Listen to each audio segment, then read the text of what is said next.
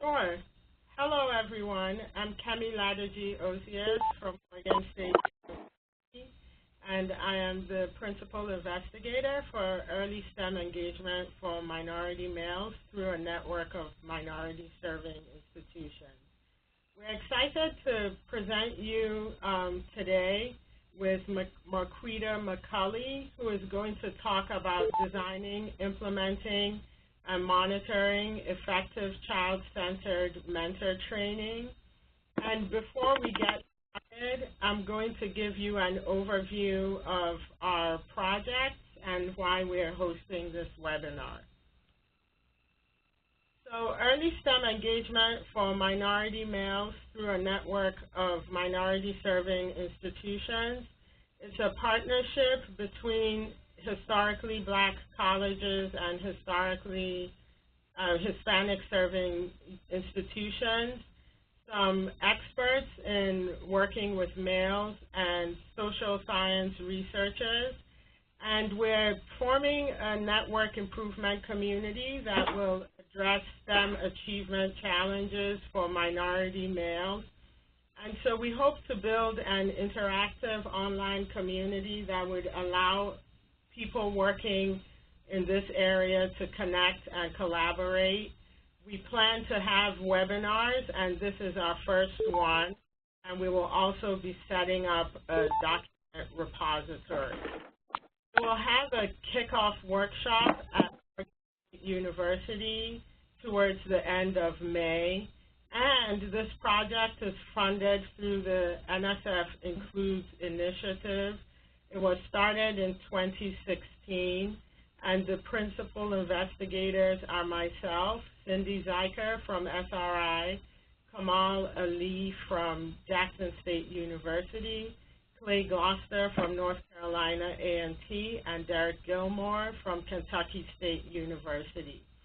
And what ties all of us together is that we all have programs that were funded through the Verizon Innovative Learning Program for minority males.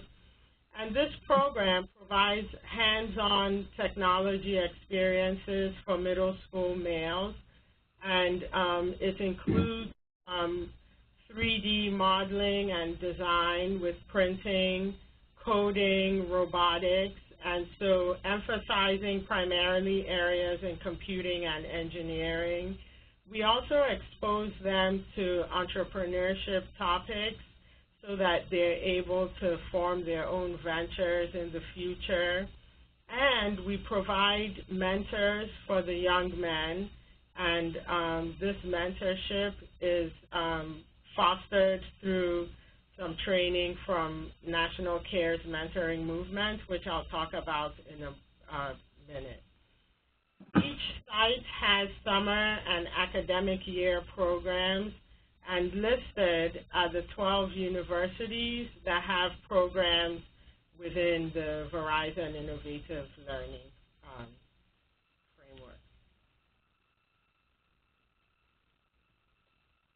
So the National CARES Mentoring Network provides mentoring and instructor training for all the Verizon Innovative Learning programs. Their representatives come on campus to conduct workshops regarding mentoring minority males. We generally receive a background about the kinds of students we're likely to receive in our programs, the kind of challenges they may have within their community and with navigating society as young Black men and young Black men who are interested in STEM as well.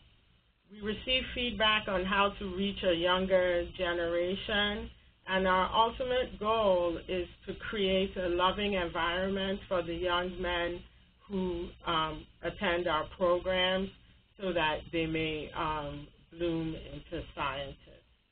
And right now, I'm going to turn the conversation over to the group at North Carolina A&T, and specifically Marquita McCulley is going to lead our discussion on what happens at North Carolina A&T in addition to the feedback and training that they receive from the National CARES Mentoring Network. So, Kemi, can you pass the ball to Marquita? I think you would have to do that. Okay. See if I can do that. Marquita, is that your screen right now that we're seeing? Yeah. Share your slides? Yeah. Oh.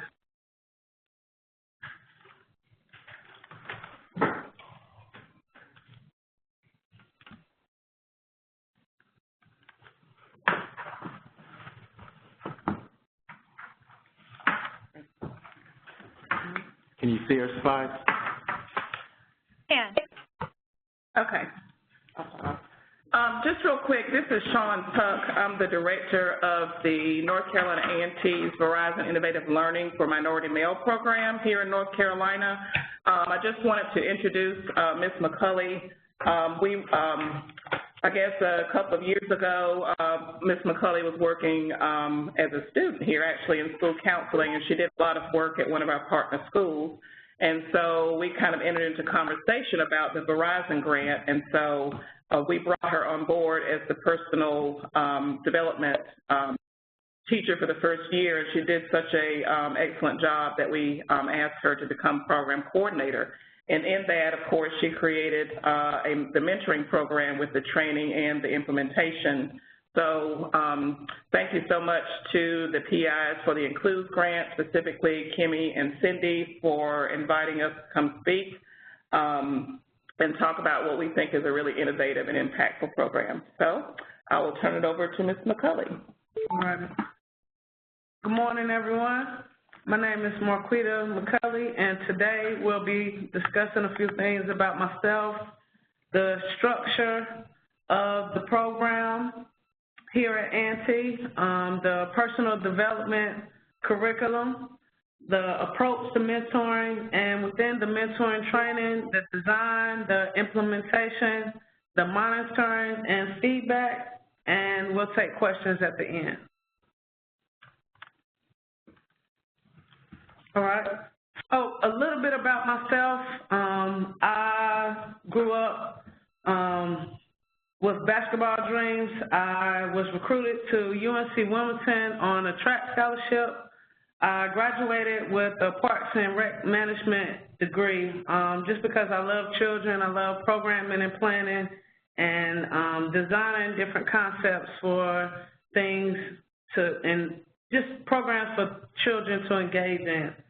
I came back home, and the program that I grew up in, and I'll talk to you a little bit more about it, the program that I grew up in, the director asked me to come back to UNCG and be a teacher's assistant in the PE department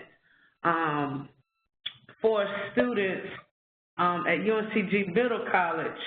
So within that time, I knew I wanted to work with students, but I didn't like the role of a teacher or a TA, so I got to shadow the school counselor.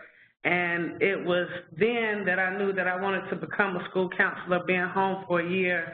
And so I started taking classes at North Carolina A&T to become a school counselor. And last May, I graduated with a degree in school counseling. I've worked in various roles as a program coordinator. I've worked with AmeriCorps, with the Center for New North Carolinians, with immigrant and refugee families, planning and coordinating recreational activities, developing lesson plans, providing them with mentors with the high school students, with elementary students throughout the summers and academic year. With that program, with communities and schools, I was the youth development coordinator at Bessemer Elementary. All right. I have a few-bedroom, we only use 2 bedrooms. Okay. So I helped coordinate extracurricular activities for students within this Title I school, and they ended up having a lot of fun. So now I'm currently a school counselor at Hampton Elementary and also the program coordinator with the NCVIL program. All right, a little bit about my childhood. Growing up, I was a daddy's girl. I had dreams of becoming a WNBA star. When I was in the 3rd grade that summer, after my 3rd grade year, my dad was sent to prison for about 3.5 years. So that changed my family dynamics because I was used to both a mom and my father. So my mom started working from 6 to 10 that night, working 2 jobs. And so I had to grow up rather fast, and I didn't know how to deal with a lot of my emotions. And I became an angry child. I got suspended a lot from school. I was placed in ISS.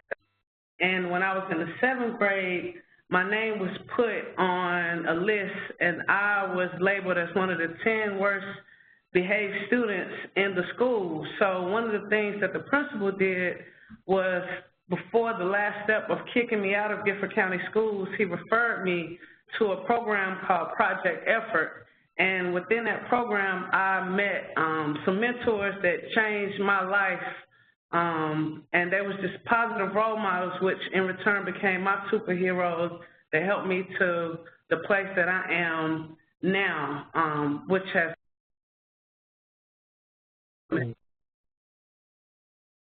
okay.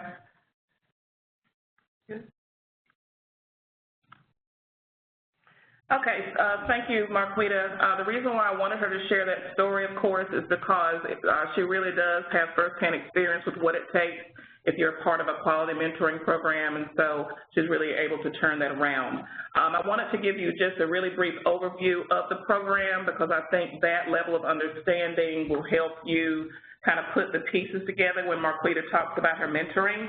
So just really quickly, the next 2 slides. Our staff includes the director, which is myself. Ms. McCulley is the program coordinator, so it takes obviously a lot of coordination and leadership for it. The K-12 team leads are the mentors. So when we're talking about mentors in this presentation, they are young African-American men who have experience in the K-12 classroom, either in the class all day or after school. We also have graduate and undergraduate students who serve as instructors, but they also serve as mentors. So when Marquita brings them together to train, it is both those who are dedicated mentors and those who are instructors in the classroom. Also, we have during the summer, we have 4 one-week camps, so we have about 100 students per week. And then for each week, they have 4 courses. Again, we have the tech, app, robotics, and 3D printing. But then we added something in that was a personal development course. So the personal development course is what Marquita taught in the first summer. It is what she will talk about in a few minutes along with her broader mentor training when she became the program coordinator. And then during the academic year, as you can see, we have Saturdays, we have various activities for those. The next slide, you can look at this at your own leisure, but just to show you how structured the summer program is. So we have every day is scheduled. We have 4 courses we go through, but if you look at it in more detail later, you'll see that we have rec in the morning, lunch and rec in the midday, and rec in the afternoon. So there are opportunities for mentoring built throughout the day, every day for these young men. Okay? All right, and I'll pass it back to Ms. McCulley, who'll talk about her personal development plan. All right, so the personal development course was themed by days. So day 1 was meeting the mentors. They participated in different team building exercises. They developed identity, which they created team names and team chants for each team. They also did a career question. They did a career interest questionnaire. So we talked about the importance of a plan A and a plan B, because I say about 70% of students identified a career in either the NBA or the NFL. So We talked about the likelihood of what are your chances of making it into a professional sports career and the importance of having a fallback plan of what you could do with your mind. So day 2 was discovering your path. Students participated in a Pathways to Success Jeopardy game that I developed, which had categories of destination, the journey, obstacles, and the preparation. Students also created a mirror speech. We talked about different concepts such as what is the gas to your mind? And it's positive thoughts. What is the gas to your heart? Confidence. So for an example, the mirror speech I gave the students, I shared my example, which was, good morning, Marquita. Today is a new day. I will be better than I was yesterday. If I'm blessed to see tomorrow, I shall continue my journey towards success. If I'm taken from this earth, Lord, I hope my heart and my actions will have earned me a spot on your team of heaven-sent angels. Lord, I love you, and now I'm your soldier. I shall live my life to serve your purpose and complete the duties you have called upon me to do. I don't need acceptance or approval from anyone. My thoughts, my presence, and my words are valid. I trust my instincts, and I believe in me. Either starve, sink, or swim, win or lose. It's one way or the other, and there is no in between. All faith, no fear. Let's get it, Q. And so once the students developed their mirror speech, they shared their mirror speeches out loud with pride. And so that was a great experience. Day 3 was, well, that was day 3, empowering yourself. Day 4 was manifestation of creation. Okay. Day 4 was manifestation of creation. I challenged students to identify a problem that they see in the world, and they also developed a solution. So they had to create some type of business model, a business plan surrounded by a piece of technology that would fix the solution. So for instance, one student identified homelessness, and the solution that he created was he created a home generator. So it was a machine that shot out mobile homes to places of highly impacted areas of homelessness. Day 5, students presented their creations to the class. They completed evaluations, and they just had fun times with their classmates and did games and team building experiences. Okay. So with the personal development class, as you can see, it really was focused on personal goal setting. And so it was important to have this course along with the 3 other tech courses because it helped the boys to bring everything together. So they were exposed to the tech, but then how do we make it personal to them? How do we make those connections? And then, of course, as she mentioned, those first 3 days were about connecting it to each individual and even STEM careers, but those last 2 days, the creation days, were about connecting the personal with the problem and then coming up with a solution to the problem and a tech solution to the problem. So this kind of helps us will help us as we move forward, and the young men have to come up with these mobile app technology ideas. And students also did research on their technology career, looking at what type of degrees do you need for that career, what are the duties, what are the work conditions, and the pay associated with the STEM career that they researched.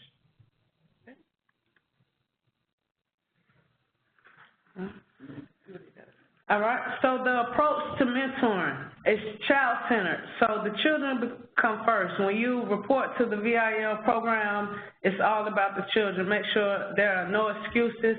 You are to be present, no cell phones, be all about the child. The adult accountability. Ask questions. How can you go about getting your job done? You want to speak to that? Yeah, and then with the adult accountability too, it really is kind of based in educational research in that the adults in the room are responsible for the outcomes of kids. So regardless of the issues that they bring to the table, it's the adult's responsibility to find a solution to that. So that adult accountability we found to be essential and something to be monitored throughout. And it resulted essentially in us having maybe 1 or 2 kids who actually were asked to leave the program, and that was only because of really extreme circumstances. But it is about adults owning the outcomes of kids, period, from the beginning to the end of the day.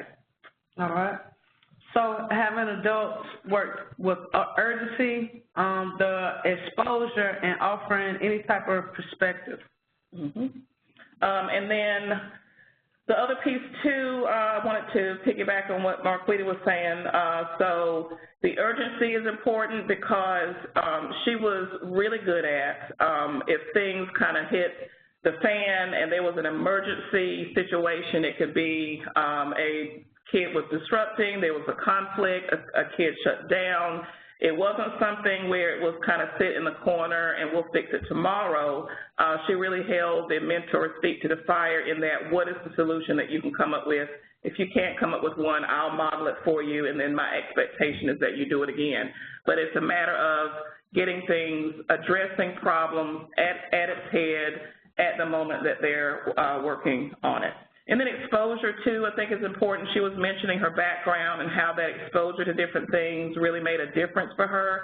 So we really kind of taken her lead on that, in that it really is about opening experiences for them, knowing that a lot of these young people, this is the first time they've seen it, and so being just sensitive to that piece. And then, of course, offering some perspective on that.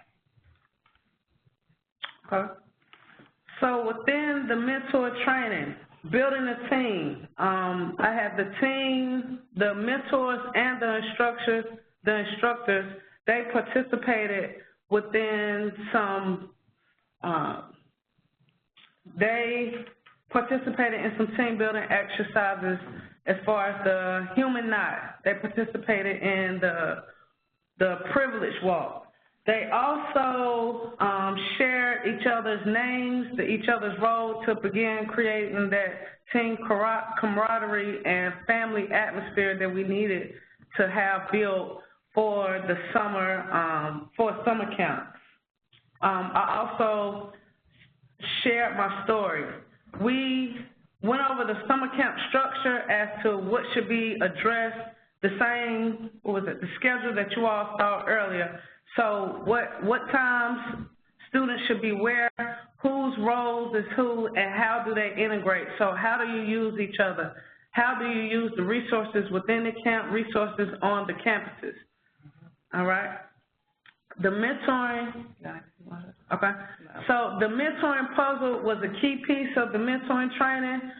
It was a game that I designed it's something like a Jeopardy style game, but it's no points. So, for instance, if somebody said, can I have mentoring one-on-one for key elements, when you pull that card off of the board, it said, name 3 characteristics of an effective mentor. So you might say, be approachable, be present, and be a good listener. So it was just a game that allowed people to collaborate and share effective best practices when it relates to mentoring. All right? So if you see the way that it's set up on the slide is that with the mentoring puzzle, you had those 4 categories. So by the time everyone had a turn and you went through all the subcategories, you really covered all of the key things that Marquita has identified. And it's in a discussion format. So it's not like a typical Jeopardy game where you just give the answer and move to the next question. It really is about someone giving an answer, but then everyone else sharing an answer and having discussion about that. And then Marquita led the discussion in offering some expert opinion on most of these topics. So for another example, if you say, can I have awareness, sensitivity? I shared a story. One day we was in an auditorium doing Saturday Academy. It was about 10 students left. I walked into the auditorium just jokingly. I said, hey, everyone, y'all all going to have to go home with me. Y'all parents called. They're not coming to pick you up, so everyone has to go home with me. I asked the mentors and the instructors, what students did I not consider? I left them a second to think. Some people didn't have an answer. Some people said, well, what if they had a parent that was deceased? I said, that's good. I said, what if they was a student like me who had a parent that was incarcerated? What if they had an absent parent? And the thing about that story, I had a kid. He said, Miss McCulley, he said, well, I know you're lying because I ain't seen my mama in 2 years. So just the sensitivity of certain things that you may say. I had no intent to harm someone, but what if, and I apologized to him. I cried for about 2 hours after I made that comment, and I apologized. And he said, it's okay, Ms. McCulley. You didn't mean any harm by it. I'm okay with my situation, but we just have to think about and consider the things that we may say in front of children because you never know what type of emotion that can cause in a child. And strategies, alternative discipline methods. That one, name a problem, strategy, or a strategy you would use with the student. So one that I might use, have a student take a break. Sometimes when a student is working, they've been in class all day, sometimes students just need a break. Go outside and get some water. We had an example with one of the mentors. He came to me and said, Ms. McCulley, I need for you to talk to this student. He haven't been doing his work. I put him outside. I've talked to him twice. And I said, well, talk to him a third time. This time, take him outside in the back, grab a football, try to engage him into a fun activity. He likes football, grab a football. Well, he found out that just a week before camp started, his parents got divorced.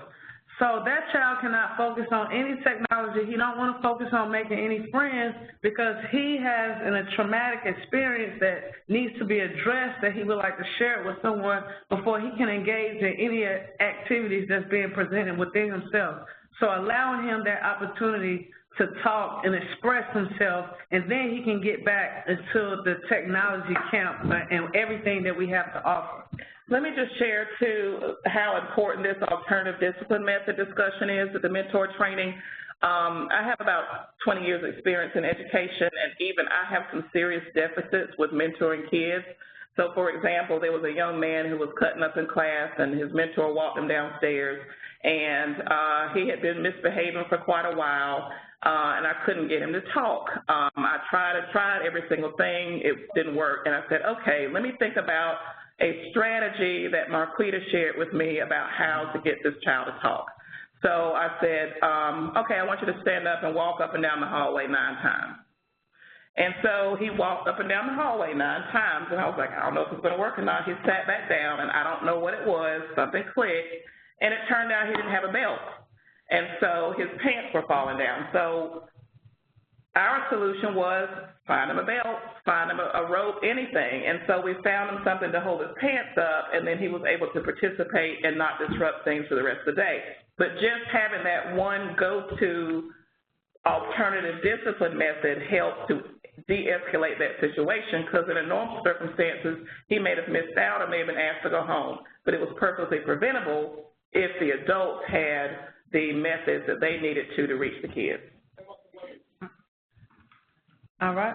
And for the last example, developmental stages, for an example, the college and career readiness. That question was, what are most students' outlooks in regards to their college and career decisions?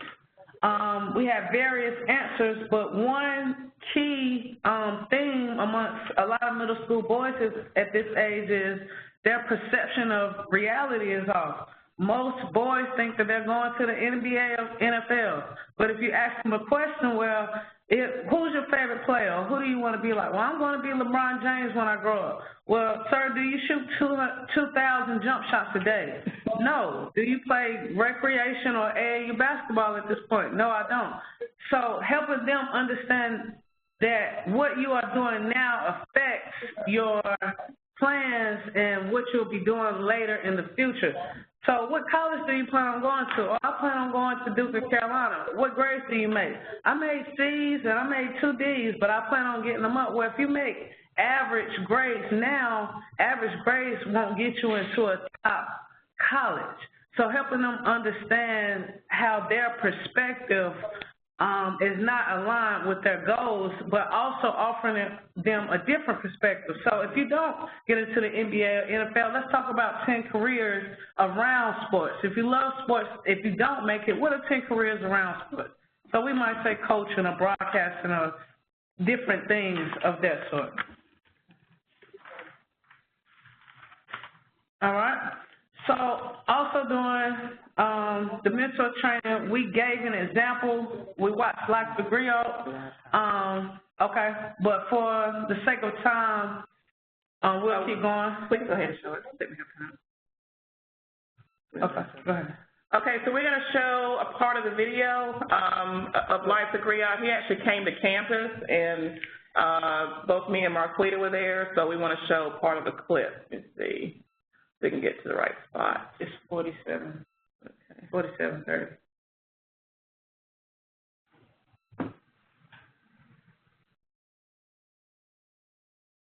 Okay, let's just start there. An experience that really, you know, number one, it inspired me when I come to the top, and I was like, wow, this is beautiful. And it says, okay, if it works for the health. Hold on a second, we're having technical.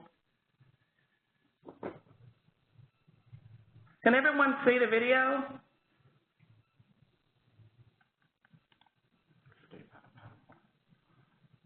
No.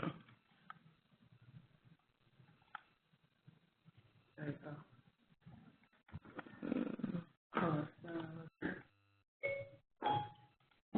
Oh, escape. Oh, he was saying escaping. There you go. Okay, sorry about that.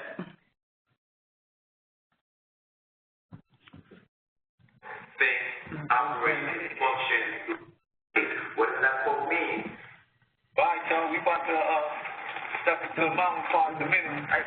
What if a train comes down and it's on train for real? Move out the way. Climbing the mountain becomes an experience that really, you know, number one, it inspired me when I climbed to the top, and I was like, wow, this is beautiful. And it says, okay, if it works for the health, the country is in an obesity epidemic, you know, so it works for health. It works on perspective changing, helping the kids see the world different, see themselves different. But like I said, just enjoy yourselves out here, man. Straight up. The mountain's gonna get a little steep. But the whole concept is, if y'all can make it to the top of this mountain, y'all can do anything, man. Understand that there's other things in life, man. Sometimes, remember I was telling you about the donkey? What I told you about the donkey? Now you put the donkey next to a tree. You know what I mean? The donkey was around the tree, and the donkey just stood there for about 5 years. And then they took the chain from the tree, and they put it around a little chair, and the donkey was still sitting there. You know what I mean? Once your mind is trapped, if all you see in life is this, you begin to think small and see things small. What I'm about to show you is there's two ways to look at life. You can look at life big, or you can choose to look at life small. When you get to the top of the mountain, you're going to see the whole thing. You're going to see things. And just change the ideas about life, and we can really begin to talk deeper. When you remove a person out of his or her environment, and you allow that person to see life in a totally different capacity, we go to some areas there's nothing but trees. Yell as loud as you want to yell. Ah! Like it.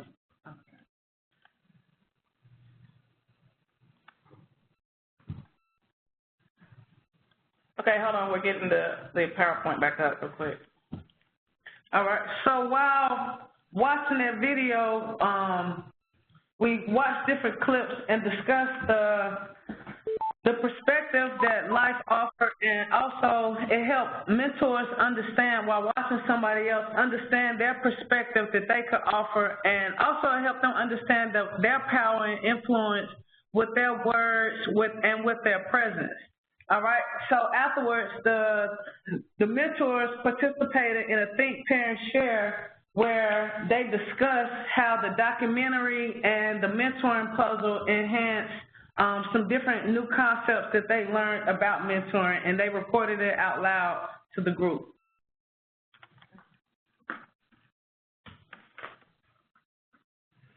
All right, So as far as the implementation of mentoring, the daily duties of our K-12 team leads.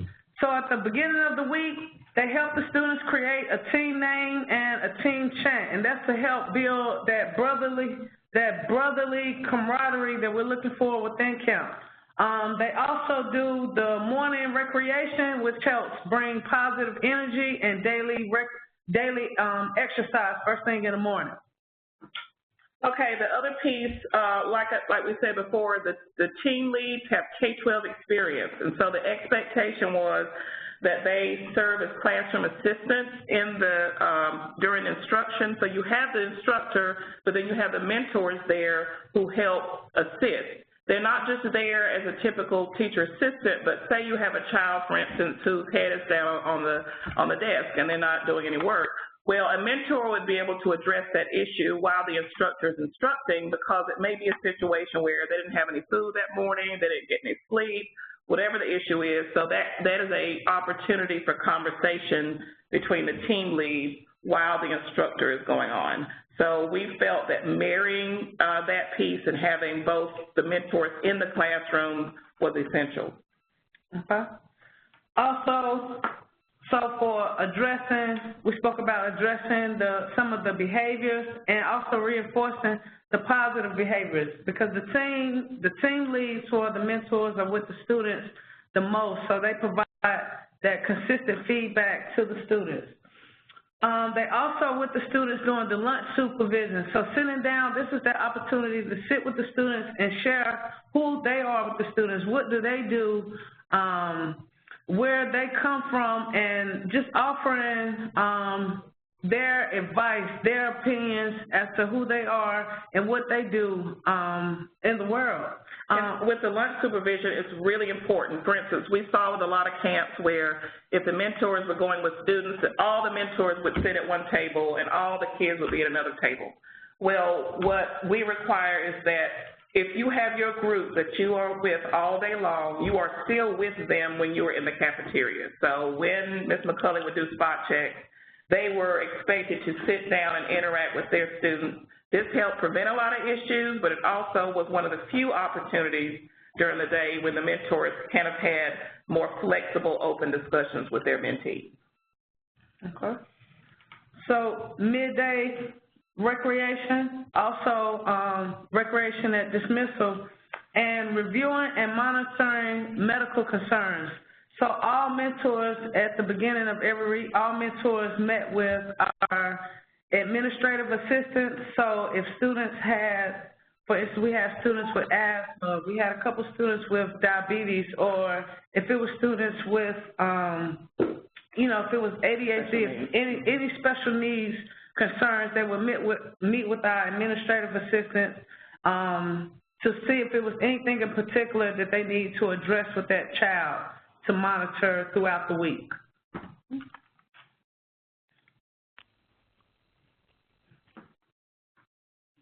All right.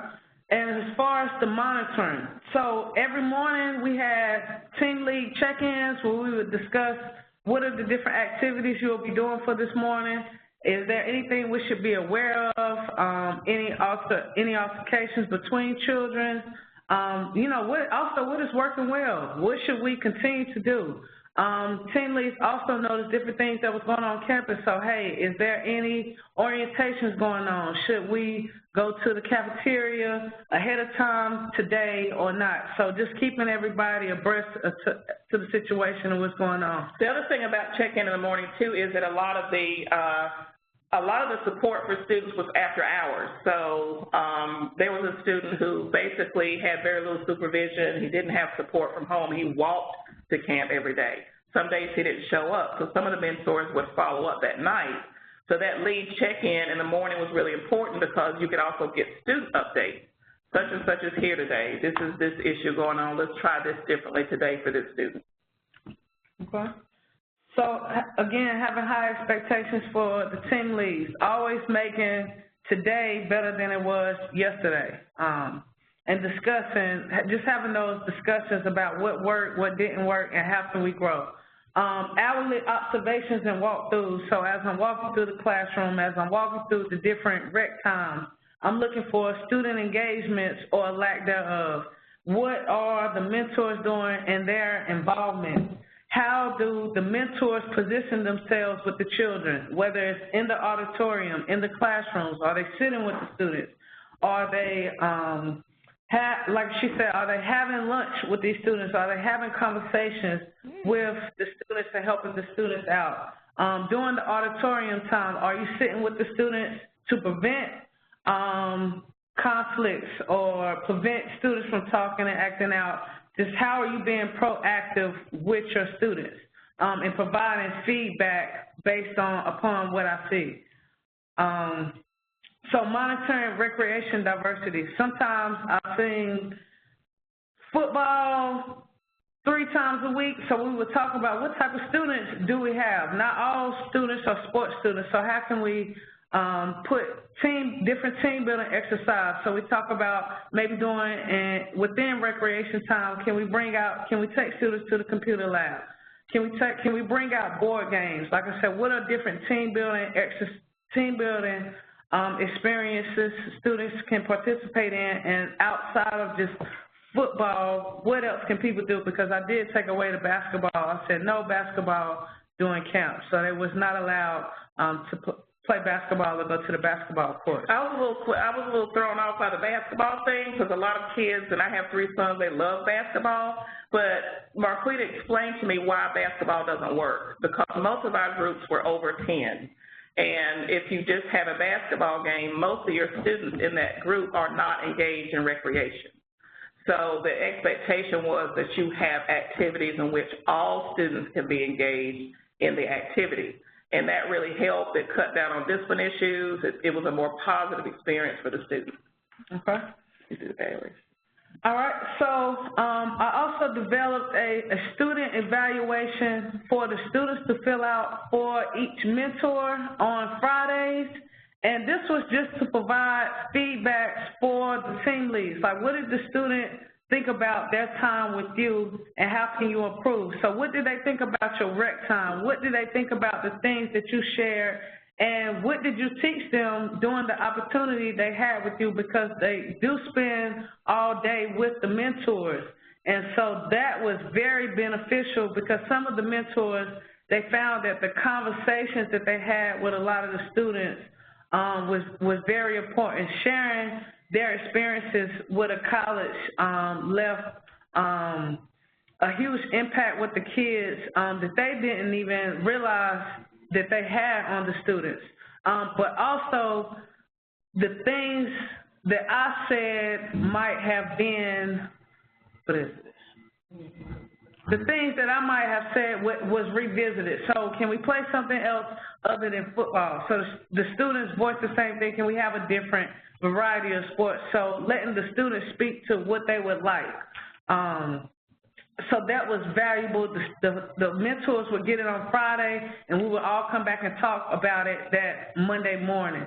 The parent survey, the parents received their survey after the ceremony every Fridays, and we discussed this in the Monday morning trainings as well, to see what type of feedback did the parent have to say. What were the boys going home and talking to their parents? A lot of that feedback was talking about, you know, the experience they had with the mentors in the camp, how it was hands-on. They appreciated the learning experience. For all 4 weeks, it was 100%. They would return, and they would refer a friend or a family member. We had a lot of, it was the best camp ever. And I think the biggest critic was they wished that it was longer than a week. They wished they had more time to participate. And so we always had an end-of-week debrief at the end. So monitoring rec. One of the things that I would do with some of the mentors, the 2 pictures on the far left are students being engaged in different types of recreation activities. It looks like some type of obstacle course. But in the middle here, I was speaking to Brandon about his recreation time. So I showed him a picture of his rec time and a picture of another rec another mentor's rec time, and I asked him what did he see, and without me even saying anything, he said, you know, a lack of engagement. My boys are not involved. They're standing around. They're not looking in one direction or focused on anything. So I used the pictures, and we recorded videos, so I would go back and show those to the mentors, and we would have those discussions. So not just what I saw, I would show them pictures of what they're doing. The two pictures on the right, the top picture, they're playing football, and on the bottom, they're playing football, but the difference is the bottom picture, you have the flags. It's more organized.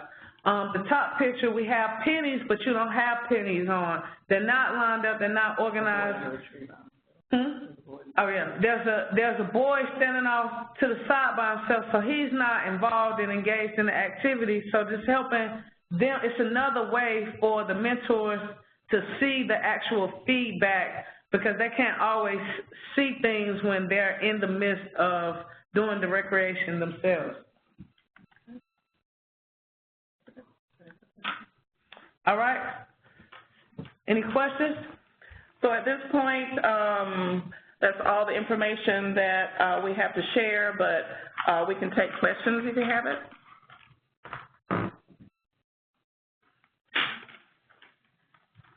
Hello?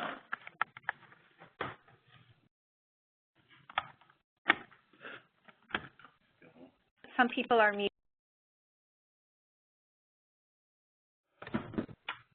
Hi, my name's Stacy Henderson, and I'm calling from, hello, can you hear me? Yes, Yes, we can hear you.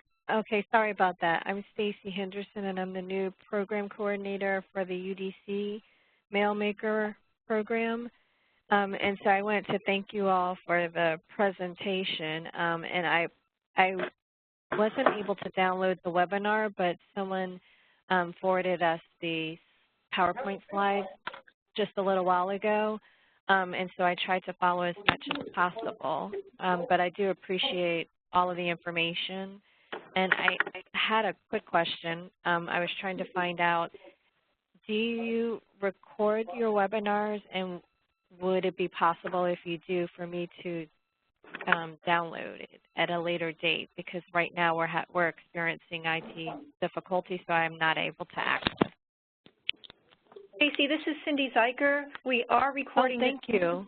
It will be on our website, and we will send that link out after the webinar. We have to have a couple of days to compress it, but then we'll post it on our website. Okay, thank you very much. And thank you for sending, Cindy, thank you for sending the Dropbox link to it. Thank you.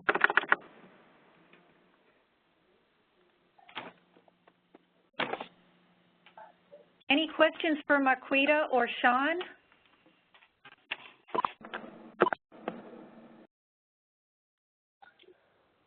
I guess I have one question, Marquita. You mentioned, I think it was called a privilege walk. Can you talk about what that is? Okay, so the walk of privilege is you read out a list. Yeah, you line up all participants, and you read out a list of advantages that people are born into and a list of disadvantages that people are born into. So, for instance, one example might be if you were born, if your parents have a college degree, if your parents have a college degree, step forward. If your parents did not graduate from high school, step backward.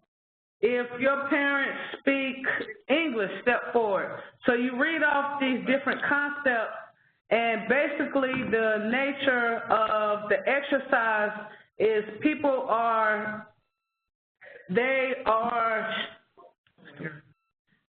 more aware of what.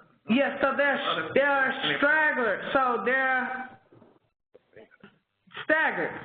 So people see that people are,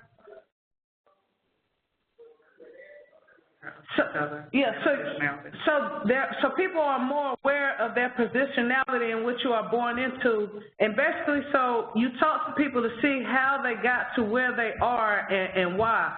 Some people might be in the same room because they have additional help from what it might be a mentor, or it might be a family member or a distant relative, but there are specific reasons as to why people are in the conditions that they are into that they are not in control of.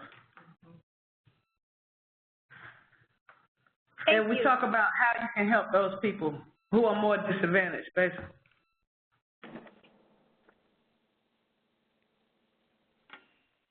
Any other questions? Yes, this is Lily Crawford from Delaware State University. And I was wondering if you have a ratio of the number of mentors you have per student, or what is the total number of mentors you currently have participating in the program? The ratio is 25 students to one mentor. We served about 380 students over a 4-week period. So each week there was approximately 85 to 100 students. And so with 4 mentors, that would be 1 to about 20 to 25. It was a lot. It's a lot of kids. It's a pretty high ratio. But if they go through the rigorous training and expectations, and if you monitor it, then it will work out fine. Yep. Does that answer your question? Yes, it does. Thank you. Oh, you're welcome. Any other questions?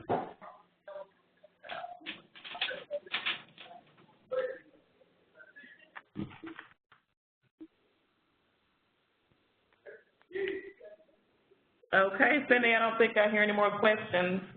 Thanks to everybody for joining in. As Marquita mentioned, the last slide, please feel free to contact her or myself. Our phone numbers and emails are there.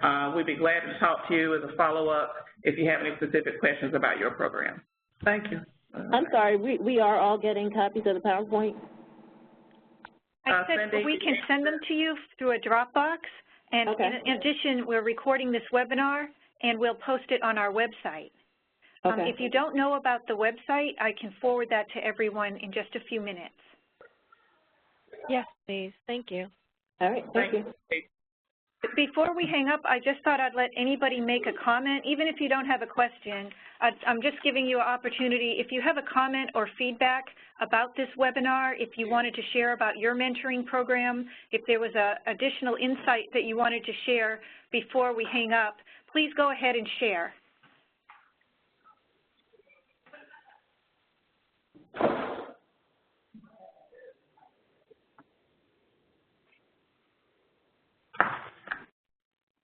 Okay, well, it's a quiet group today, but we really appreciate your attendance, and we look forward to doing more of these type of webinars where we can get...